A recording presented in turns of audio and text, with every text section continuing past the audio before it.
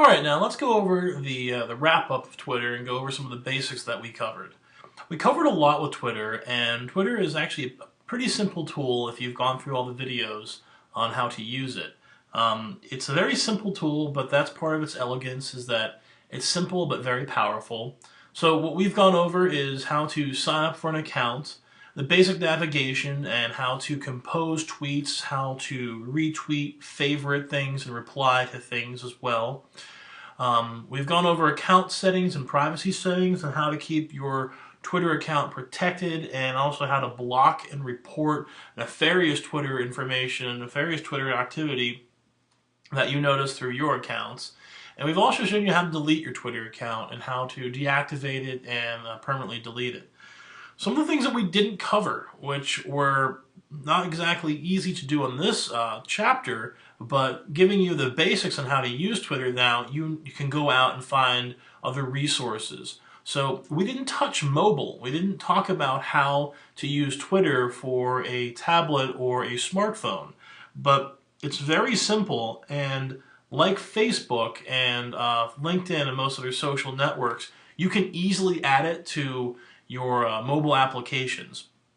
So if you are on an iOS device, an Apple device, if you're on an Android, or even if you're on a Linux-based or Windows-based phone, you can actually download the Twitter app from your app stores or iTunes or wherever that you actually put apps, and then you can log in to your Twitter account through the app, and it looks practically the same.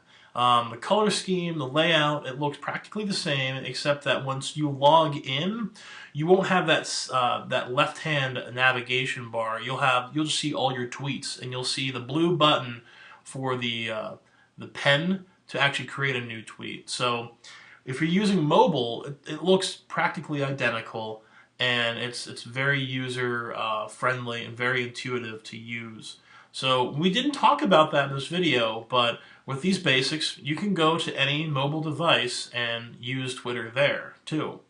And it doesn't matter what kind of machine that you're on, Twitter is actually built on technology called Ruby on Rails, and it just works pretty much everywhere.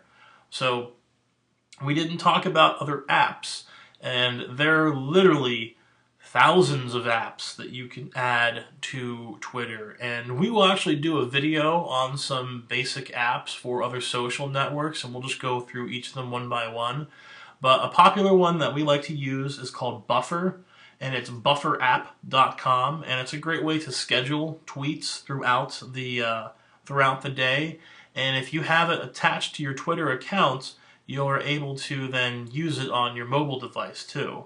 So that's really handy to use.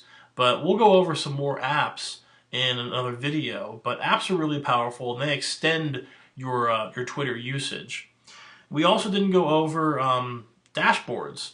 Dashboard programs like Hootsuite and Bottlenose and TweetDeck are programs that let you bundle all of your Twitter activity, your Facebook activity, and some of it your LinkedIn activity into one easy-to-use screen that lets you go through all your activity in one shot.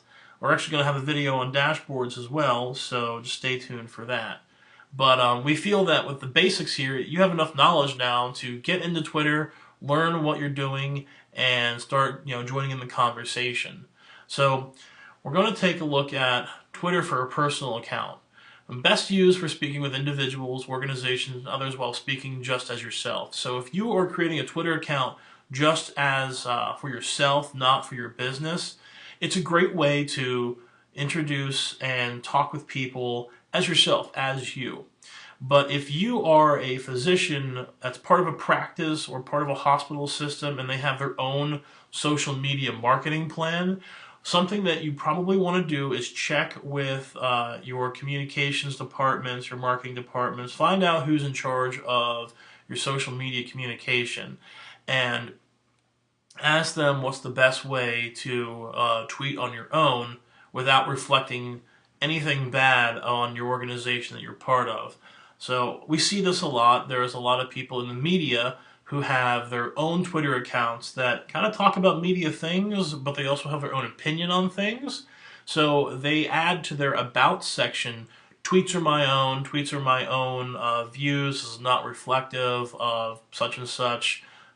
So you want to make sure that you have a clear delineation that if you are a very public figure that's part of a hospital or practice, that when you're tweeting, that this information for your personal account is your own beliefs, your own thoughts and views, and it's not reflective of the organization that you're part of. Now, even though you may do that and say that your tweets are your own and they're not reflective of your organization, it goes back again to personal accountability and the information that you put out there. So if you are putting information out there that could be misconstrued as hurtful, could be misconstrued as arrogant and ignorant or whatever, anything that can be taken out of context, it doesn't matter that your information is still saying that this is your own personal views. You want to make sure that you're posting stuff out there that people are, not going to be able to spin out of control. Can you do that 100%? No, you can just minimize those opportunities. So again, this goes back to think like a publisher, speak like a friend. That is the mantra that I'll be using throughout all the videos. So you can definitely add tweets are your own, thoughts and opinions are your own, not reflective, and that just adds a layer of accountability. But that really depends if you have a social media presence for your hospital or practice. So the other good thing about Twitter for a personal account is it allows for instantaneous communication with people on a global scale. So if you are tweeting as a doctor, your own personal account as a doctor, and you're talking with other doctors online, it's great because unlike some other social networks, which are a little wonky for mobile devices, you can instantly get updates from Twitter from anybody that's following you or who mentions you at the drop of a hat, at the moment's notice. So it works like global text messaging in a way. The more information you're putting out there, the more that people agree with you and find it useful, the more that they will contribute back to you. So people then view you as a media source. They view you as a leader in your industry, in your topic, in your field. So that's a really great thing to have because people will think to come to you for information if they have any questions. And that's very powerful because as a family physician, you want to extol everything that is great about primary care and family medicine because it is the cornerstone of our healthcare system. So the more information you can share about that, excellent. And the last thing here is about privacy settings. And we learned that you can make your Twitter account private. You can also let other people know the information that's private as well. You can also set some of your settings to, go to certain people by either direct messaging or mentioning a particular person. Unlike some other social networks, the Twitter privacy is a little bit more black and white, a little bit more stark. But you still have some privacy within that realm, so that people can't just automatically find exactly who you are and that information. So it really depends on how comfortable you are with using Twitter. So using Twitter for business, one thing you want to make sure with Twitter is that you don't want to hard sell anything with Twitter. You can use Twitter for business. You can let people know about your practice and that you might be even taking on new patients. You just have to really sit back and think about what's the best way to let people know about you. So you hear, the car salesman, cliche, very hard sell. That doesn't work on Twitter. That information, that way of thinking, and that way of posting, it actually puts people off from you more than anything else. So the best way to actually gain new followers and maybe let people know about you and your practice or your hospital is to share information, share resources, share stuff from your hospital, share stuff from your practice, share photos, stuff that lets people know that, hey, these are real people, that this is a practice, this is a doctor, this is a hospital setting that cares about people, and that they're actually getting information from you that's helpful. again, this goes back to like sharing basic information like, seasonal health updates and letting people know, hey, it's the summertime, make sure to stay away from wooded areas in case of ticks, or maybe you are in the fall and there's a lot of ice advisories, so learning about how to bundle up to prevent seasonal flus and colds. So there's information like that that's really helpful that people find really useful, and then people start following you and participating back with you. So that's a great way, that's a great model for advertising your services as a physician, advertising what you're about, or talking about your practice and hospital setting towards the patient side. Another thing then too is how to share information out to your colleagues and your peers and other organizations, so that you again want to be considered as a media source and a knowledge resource for them. So it's great if you are retweeting their information that falls in line with your own thoughts and beliefs, and you're sharing their information out, because then you're basically kind of giving them a free publicity. But if it's something that you already feel strongly about that is in your same viewpoint, that you just want to share that out. So that's another great way to get new followers as well, is that sharing really useful information to your audience from other resources, and then they will actually start taking interest in you. So that's really good for business, and that's really good if you're tweeting on behalf of your practice and using it as a resource to talk to the community at large, not from an individual standpoint, but from a business standpoint. It works well to connect with other area businesses. Again, this goes back to the idea that you're part of a community. Even though that you are talking with people all around the world, you still want to start with your own community and your own local area. So talking to area businesses and maybe even following them with their information. Are you going to be participating in their conversation a great deal? Maybe, maybe not. It depends.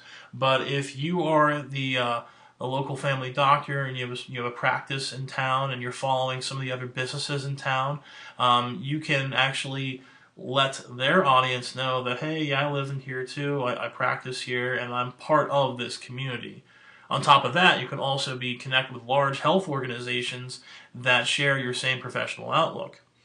And then last but not least, this is the most important thing, is that why are you tweeting everything? Why are you talking to the world in general through this medium? Is that you're showcasing yourself as a leader. And the more that you can share information out to people that is very valuable, that's very relevant, and that also takes a look at things that's not just in the public and mass media view. If you can change people's opinions or show them a different way through information that you post, now people are paying attention to you, and that's really powerful because it can lead to a lot of media opportunities for you to speak, possibly on broadcast television, through radio, through magazine interviews, stuff that can be important forums and important platforms for you to talk about your own things that are going on in healthcare that need to be changed, that need to be highlighted, or need to be praised about. So again, think like a publisher, speak like a friend. That's the mantra that you want to use for posting. But when people see you on Twitter and they see that you're posting great information, they'll think very highly of you because they will see that this person puts out really good information, and that's helpful.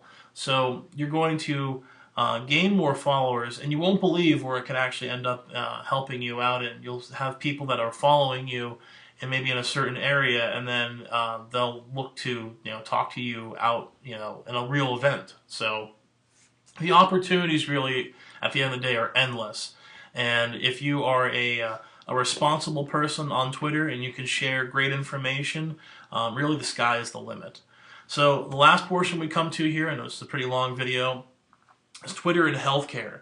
So Twitter is watched by the mainstream media as the pulse of what is happening with the nation at any given moment. Online activism through Twitter demands more immediate results than any other social network. Twitter, in a lot of ways, can be seen as an online riot, an online protest to anything that's happening on the national level and on the international level as well. We've seen it with natural disasters. We've seen it with deaths of heads of state. We've seen it with popular media and popular entertainment. How things get talked about in a very short amount of time to many people. So it's interesting to see how Twitter is used in healthcare, talking about some of the topics such as the Affordable Care Act, such as sustainable growth rates, all the information that's going on with meaningful use. There's a lot of great resources that people are sharing on Twitter, and what's great about how people kind of start talking about the same thing, that it can become a trending topic and how the media can pick up on things. One of the hashtags that's used consistently is FM Revolution, Family Medicine Revolution. And that hashtag has been used well now for over a couple of years. And the conversation that has been taken place around that one particular idea has spawned countless media interviews through TV, radio, and print media. So it's interesting to see how you can be part of that conversation and take a look what's going on, because you could be the next larger voice that helps push different things that are happening with healthcare through the crowdsourcing and the crowd that happens on Twitter. So again, the last part here is like, be a part of your community. We talked about this as well in the previous slide, was that as a physician, you're part of your community's well-being. If you take part in community activities, share photos, updates, then show that you and your practice are more than just healthcare professionals, that you're people, and promoting well-being in general. Small things like positive posts can make a big impact. And you're going to see this information on all of our videos. If you are a positive person using social media responsibly, the outcomes that you will get from that are immeasurable. So that's Twitter in a nutshell, and I hope that you found this video series very useful, and I hope that you can start using Twitter right now and feel like you've got a pretty good handle on it. You can always email me, Tim McKenna at PAFP.com. I'm tmckenna@PAFP.com, and you can always hit us up on Twitter, PAFP and F with the @ symbol in front, and you can share any information that you have on there and direct message us that way.